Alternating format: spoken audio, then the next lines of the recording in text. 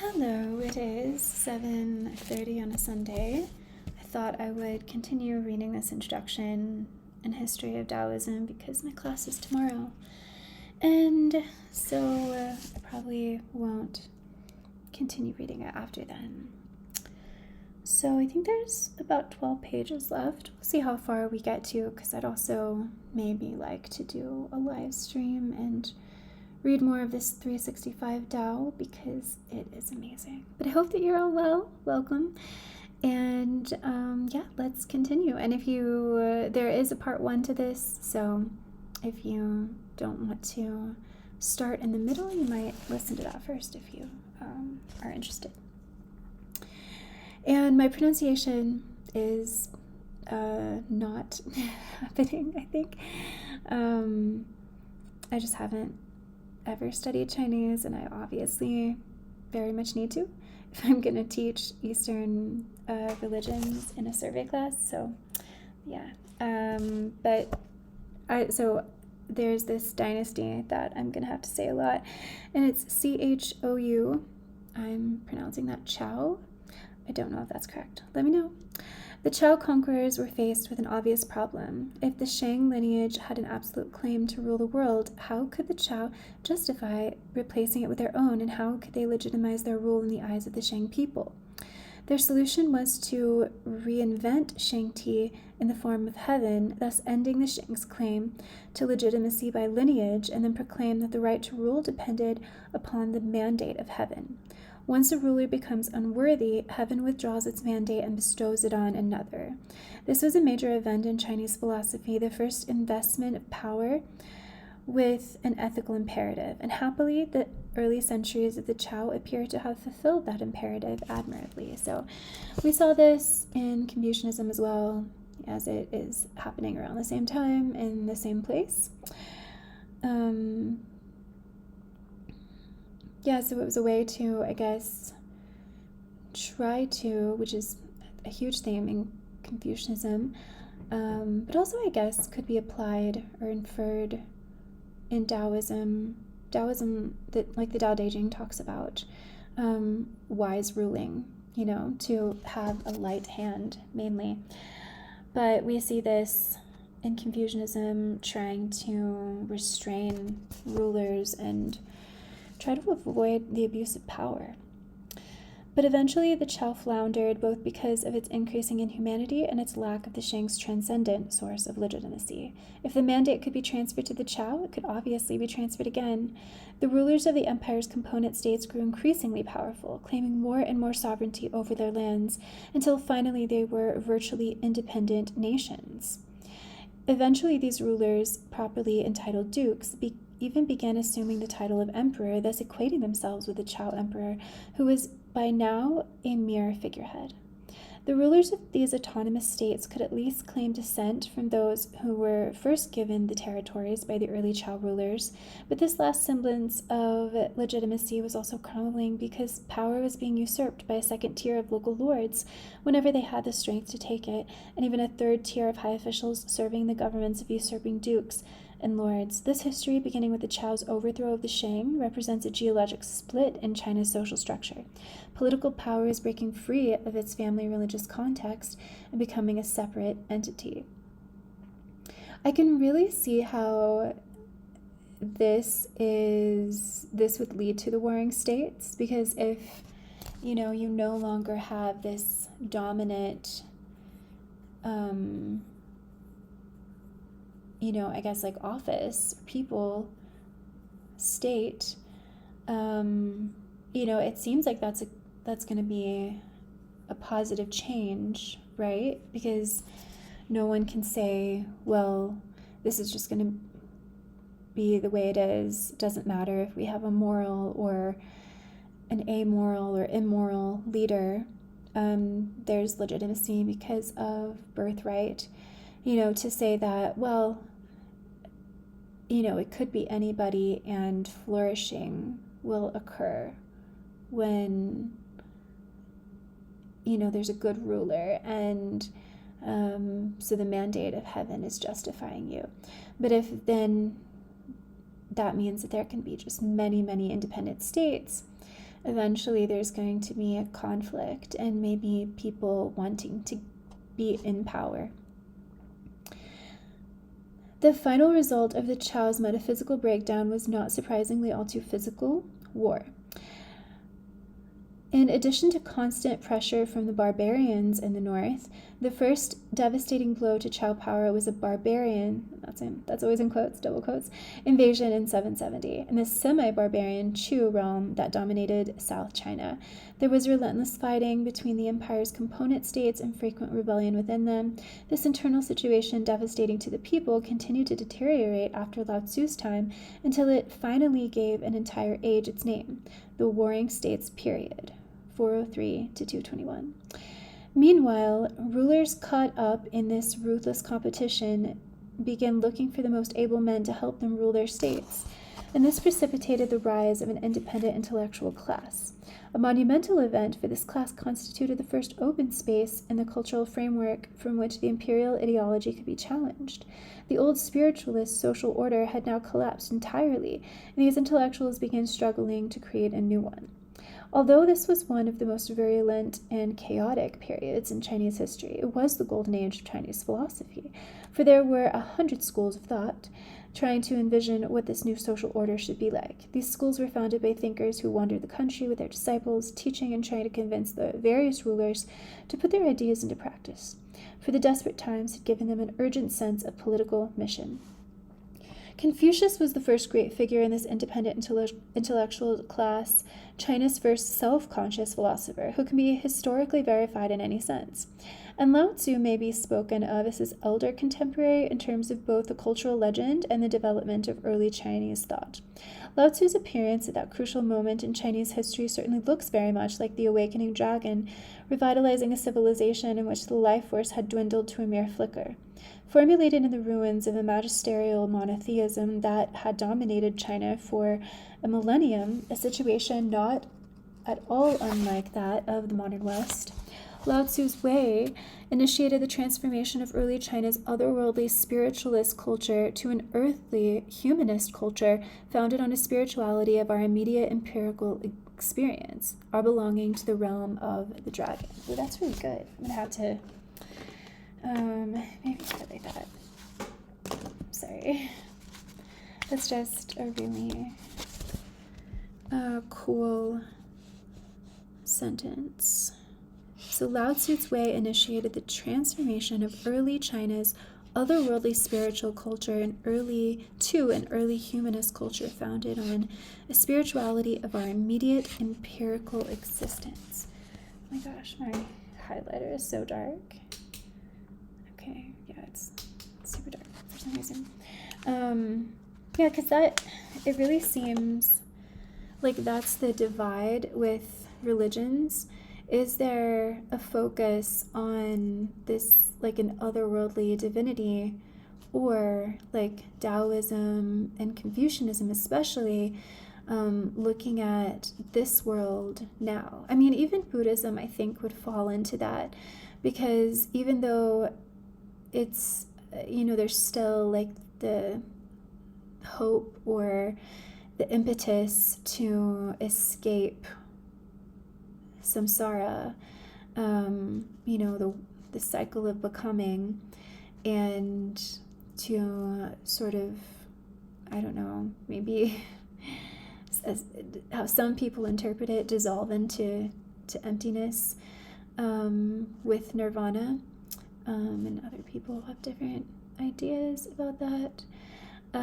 But there's still, like Buddhists had the parable of like, well, what would you, when you're asking me all of these questions about the afterlife and cosmology and gods and deities, what would you ask these questions if a man had a poisoned arrow in his arm? No, you would try to take it out, instead of like wasting time like talking about the philosophy behind the poison and the arrow in his arm. So I find Buddhism very practical, but maybe not always as like this world focused as Confucianism and Taoism. Because Taoism really looks at nature as a model. There's life and death in our world, and there is also chaos and destruction that has nothing to do with human beings, concerning, accepting, I guess, theories of human prompted, like climate change, like there's that discussion, but I think that throughout history, before technology, etc., the Industrial Revolution, there are still like floods and tornadoes and earthquakes and things like that. And so, so that is very destructive. Like nature is sometimes destroying itself, or at least going through a major transformation. And I think Taoists really take scientific, it sounds very scientific to me, like, or it aligns with the current science, like in physics, like Einstein's energy is, not created or destroyed.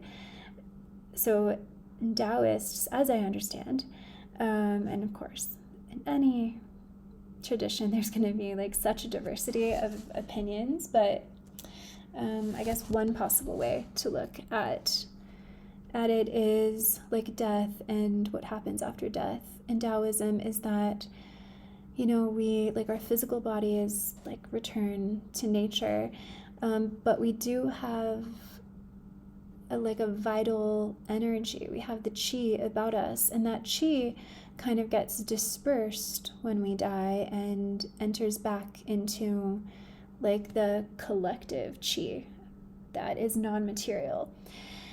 And I think that, there are religious or spiritual symbols that Taoists will use, but I think those are basically like vehicles for our own sort of acceptance and understanding of that difficult situation. Although its inexplicable nature is a central motif in the Tao Te Ching, we might approach Lao Tzu's way by speaking of it at its deep ontological level, where the distinction between presence being and absence non-being arises. Presence, can be understood provisionally in a fairly straightforward way as the empirical world, Earth's 10,000 things and non-living things in constant transformation, and absence, Wu, as the generative tissue from which presence arises. This tissue is the ontological substrate infused mysteriously with a generative energy. That's really good too. I'm not going to highlight it this time though. I'm going to underline it because sometimes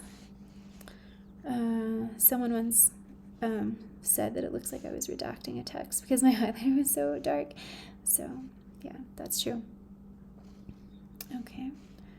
I'm just going to highlight this because it's a really good explanation. Although made of the same stuff as presence, it is absence because it has no particular form. But because of its generative nature, it shapes itself into the individual forms we know. The 10,000 things then reshapes itself into other forms in the constant process of change. In fact, Wu might more literally be translated as without form and Yu as within form. Super cool. Within this framework, Wei can be understood as the process of absence continually generating the realm of presence. But Lao Tzu's description of Wei in its more mysterious aspect as absence, mysterious aspect as absence, tend to the poetic and paradoxical. That is true. He speaks of it as emptiness, silence, and dark enigma. A very, mystical phrase, or I don't know, mystical is probably not the word, it's just it's abstract, I guess. And here we are quickly cast adrift into the realm of unknowing at the heart of Lao Tzu's thought. For in its essential nature as absence, where it precedes the differentiation of the 10,000 things, Wei also precedes the differentiation of language itself. Indeed, Tao doesn't necessarily capture what Lao Tzu is describing at all. He says that he doesn't know its name, he's only calling it Tao. I think that that is important because the mysticism or the unknowing or the abstract nature of it, like it's mysterious. I think instead of mystical, I meant mysterious. I think that sometimes in a religious studies class, we want to know, we want to understand and get like the facts, but that's really taking out an important part of really all religions. There's always something that human beings cannot know. And I don't know why that is. It's frustrating, but I think it's very accurate. Even if you're not religious, I think human beings, atheistic human beings, are frustrated at how limited we are in our intellect. There might be the idea that someday, science will figure certain things out. But right now, and as far as we have, as human beings have been around, we have, not known certain things that we would really, really like to know and feel essential for us to know. The ontological structure of way is replicated in the structure of human consciousness. Ooh, that's interesting. Thoughts arising from the same generative emptiness as the 10,000 things. Hence, way is utterly inexplicable, for it quite literally precedes thought. This is so important to know. Lao Tzu says that presence and absence give birth to one another. They are one and the same, but once they arise, they differ in name. And there before they arise, where they remain one and the same tissue, is the way beyond all differentiation. I'm going to pause.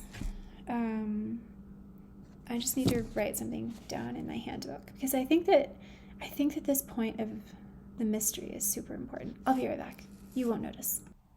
Okay, great. I just had to add another discussion question because I really do want to talk about mystery, and I think it relates to everything that we're talking about, like all the religions. There's always something that's mysterious, right? So I think I mentioned that in Buddhism, it's the, anatta. Like if it's, some people really think that it's no self and there's just emptiness, or maybe we have to just be agnostic about it. We don't know. Or it's not, this self or that self, but then the question is, well, what self is it? And then that's the mystery. But even in, like, for instance, Christianity, I don't think Christians claim to know everything that God is. So that's, that serves as like the difference between human understanding and like godlike understanding.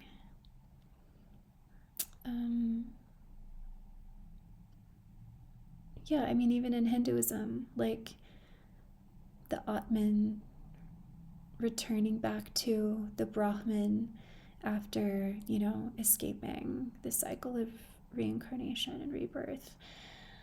What is that like? How do we, even in like modern day spiritual movements and paths, like how do we retain, or do we, our individuality in the face of like the spiritual collective when we are existing like non-materially?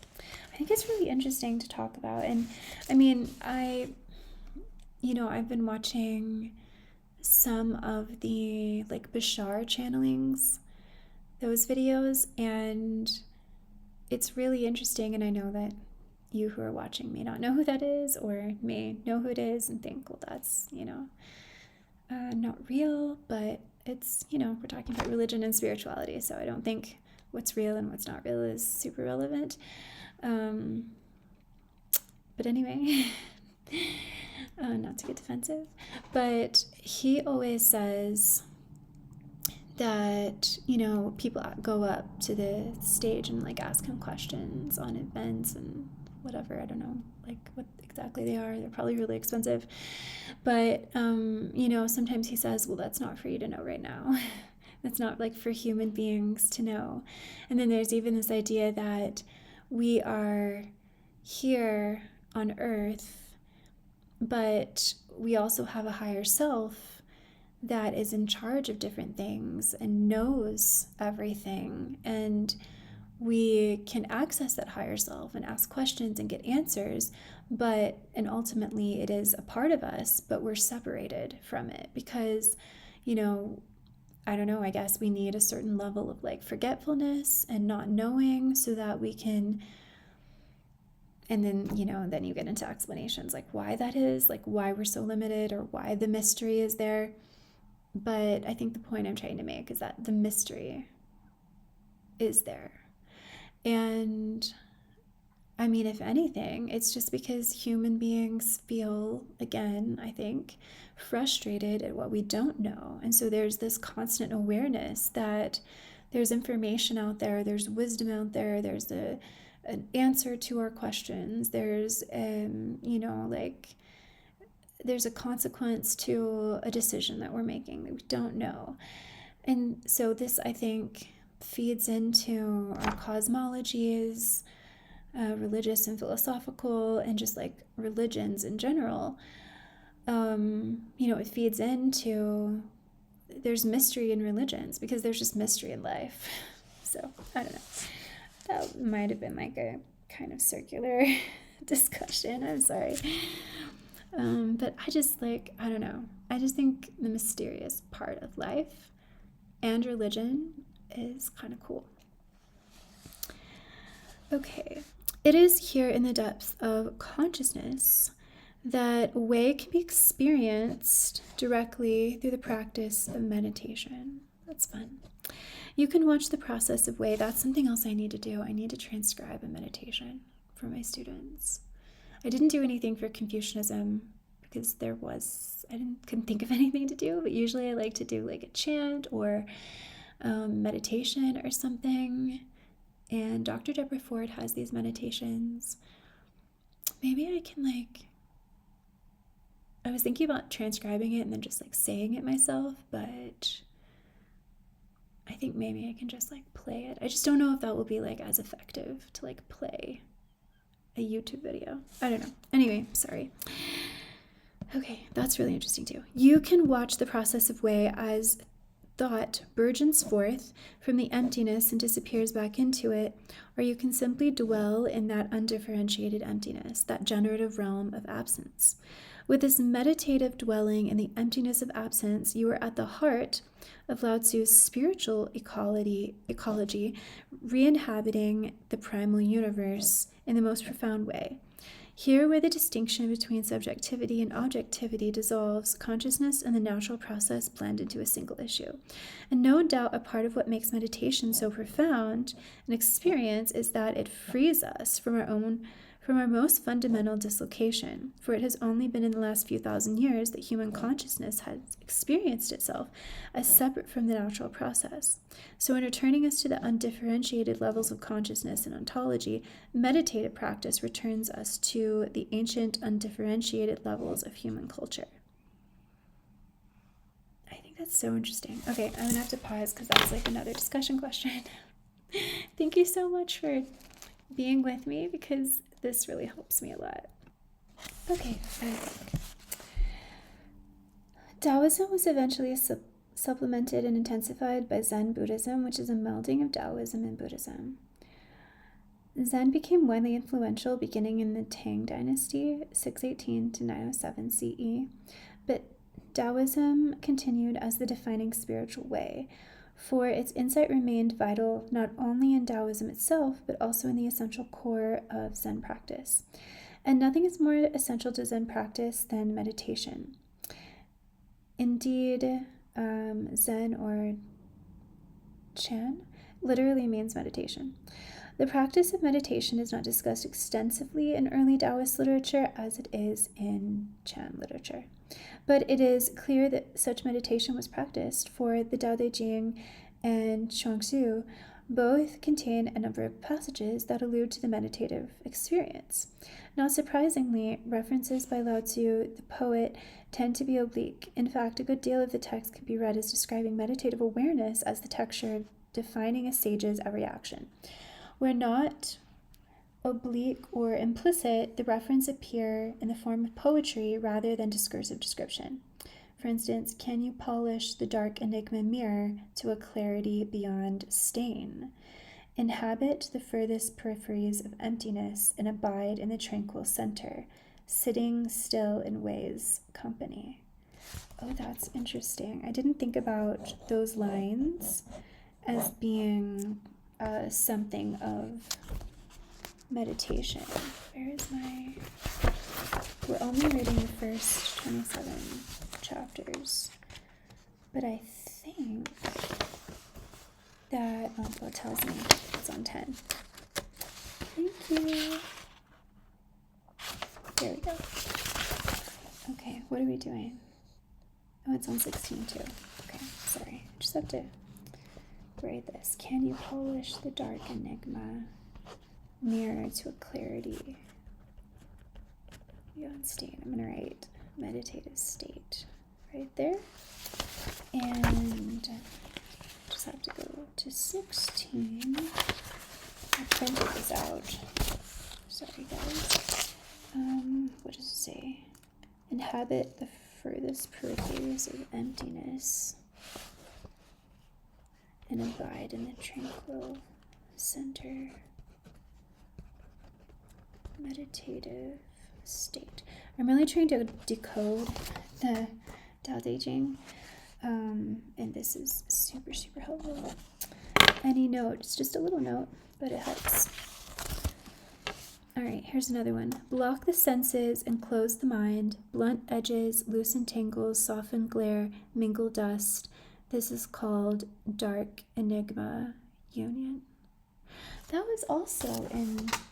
It says it's 56, but I know I definitely read that. Oh, right here, it's in 4 too. Ways empty, use it. It never needs filling. An abyss so deep, it seems ancestor to 10,000 things.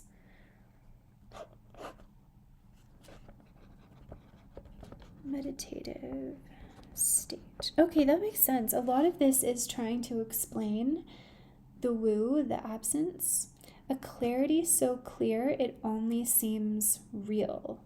That's really interesting. That's confusing to me. A clarity so clear it only seems real. I don't know. Okay, that's why I need to do a live stream, so you all can help me out. And perhaps the most impressive aspect of Lao Tzu's power as a poet is how, it is poetry, isn't it? Is how his poetic strategies induce this meditative experience in the reader. Ooh, that's interesting. Okay, I have to add that. Just a second.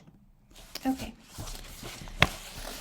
Let's see. I shouldn't tell you. I should just pause it, right? Because you don't even know if I'm, like, taking a break. All right.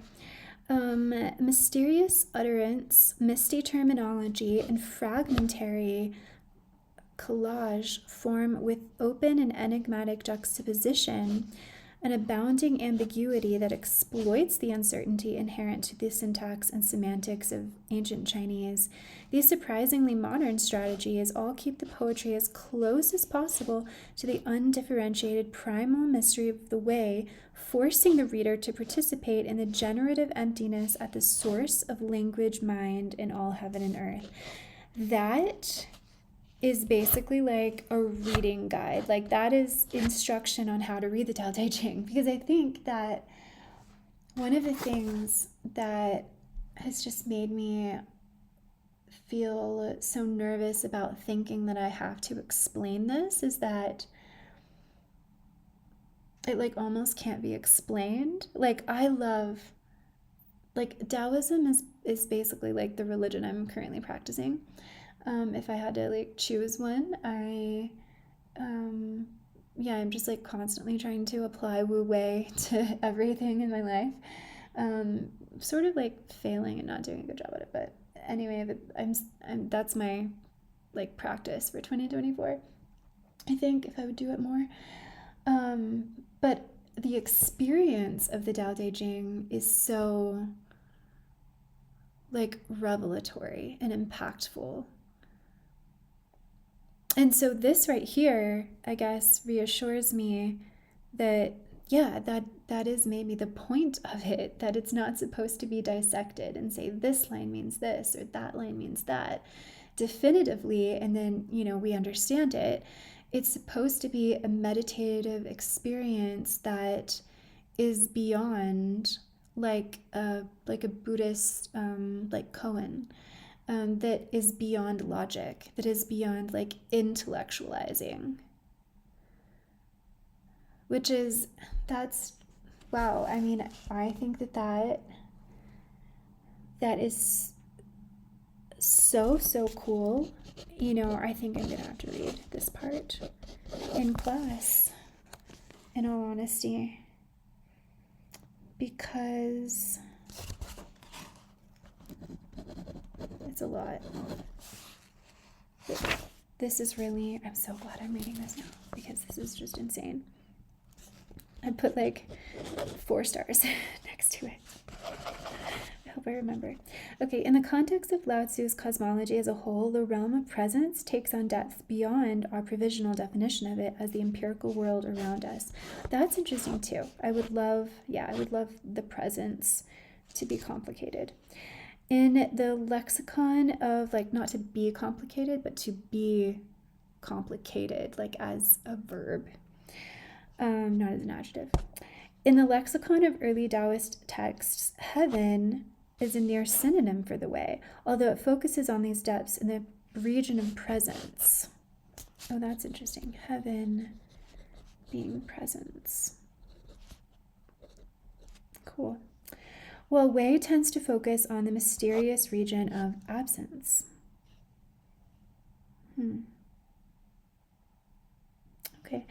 A term that already had a considerable historical resonance when Lao Tzu and Shuangzi adopted it and made it their own. Heaven's most primitive meaning is simply sky. By extension, yeah, it does seem like that when you read the word heaven in various Chinese texts. It does seem like it means sky. By extension, it also comes to mean transcendence. For our most primal sense of transcendence may be the simple act of looking up into the sky. Oh, that's so nice. It is kind of wild, because I really do remember reading this before. By association with the idea of transcendence and that which is beyond us, heaven also comes to mean fate or destiny. I like that which is beyond us. But this unsurprising complex of ideas is transformed completely when early Taoism adds nature or natural process to the weave of the meaning. For then heaven becomes nature and earth heaven. Earth's natural process is itself both our fate in life and our transcendence. For self is but a fleeting form taken on by earth's process of change, born out of it and returned to it in death. That's true. Or more, it's true for Taoism. Or more precisely, never out of it, totally unborn. Mysterious. Our truest self, being unborn, is all and none of Earth's fleeting forms simultaneously. That's true, because it is kind of like the chi. I'm going to write that down. Let's see. We're on page 23. Oh my goodness. There's just so much thought to this. I don't know if I can finish to page 30. Not surprisingly, given the apparent antiquity of Lao Tzu's entire cosmology, that is the argument made in this introduction, this unborn perspective seems to have survived from very ancient times in the deep levels of Chinese consciousness. Indeed, the term Shen, meaning self, meant at the same time body. However ancient it may be, it is a philosophical statement of a principle central to the modern science of ecology, that the Earth's biota is a complex, I've never heard that word before, food web, and we humans are as much a part of it as any other organism. And in the interim between early China and modern science, this unborn perspective became an enduring source of great solace for the Chinese educated class, not least when confronting their own mortality. They recognized in it a kind of immortality. I think that's helpful. As Lao Tzu suggests a number of times, and they experience this unborn perspective routinely in the texture of consciousness. Just as the body dissolves back into the generative process at death, they could watch the movements of self, thought, emotion dissolve back into the generative source, and there meditatively inhabit the perennial death. Oh my gosh, this is like, I mean, not all of this introduction has made me feel so intensely, but in the middle here is just the best. Lao Tzu's heaven represents the end point in a millennium-long evolution of mythological thought. He and Shuangzi used it to both secularize the sacred, and invest the secular with sacred dimensions. Absolutely, I've got a snap for that. I've got a snap for it. Lao Tzu begins a new tradition free of the dichotomy between secular and sacred in the concept of Shuchan, which is, it's like TZU-JAN. Is the J I feel like the J is a ch. No, Q is a ch. No, J is something else. Never mind. I don't know how to pronounce that. Might be occurrence. No, maybe it's also a cha. Okay, I don't know. Where am I? Might be occurrence appearing of itself. For it is meant to describe the 10,000 things burgeoning forth spontaneously from the generative source, each according to its own nature, independent and self-sufficient, each dying and returning to the process of change only to reappear in another self-generating form.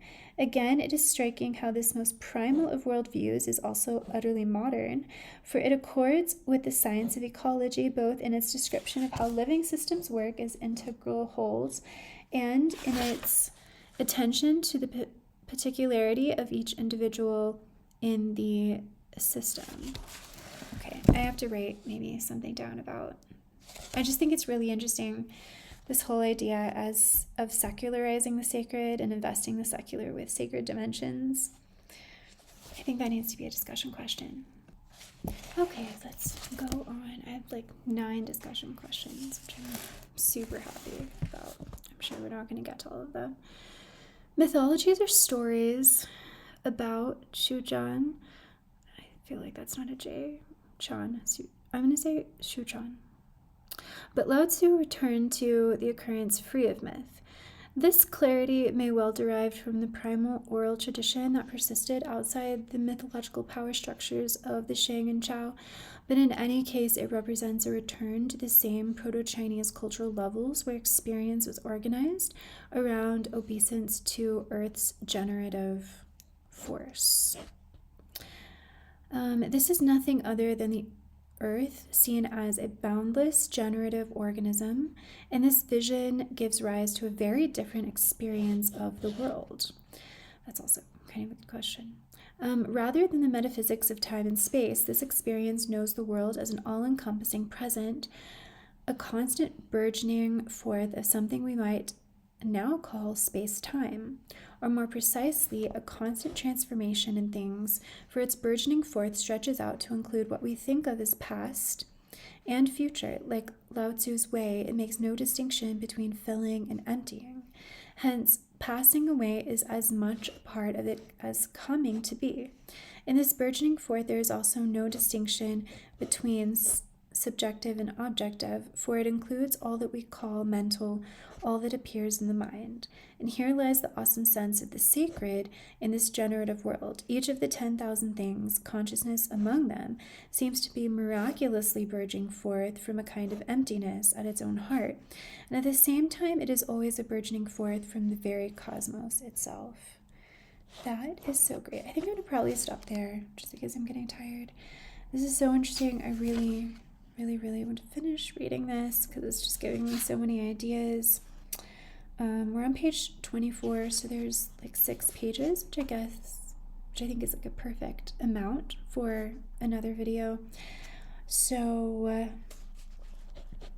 I don't know, maybe I'll just like, it's 8:30, I'll take a break and maybe come back to this, or try to do it tomorrow if I wake up early. I've been waking up kind of late because I've been going back to sleep in the morning, which I love. I just feel like I want to sleep as much as I can because for most of my life I've had so many sleep problems and been quite sleep deprived. I would say before 2024, I would say from 2019 up to the end of last year, so sleep deprived. So horribly. so, and so, yeah, so I feel like for the rest of my life, if I can sleep like 12 hours a night, that will be good. All right, I will catch you next time. Thanks again for sticking with me. Let me know any pronunciation help in the comments because I would really appreciate it. And yeah, if you have any questions or thoughts.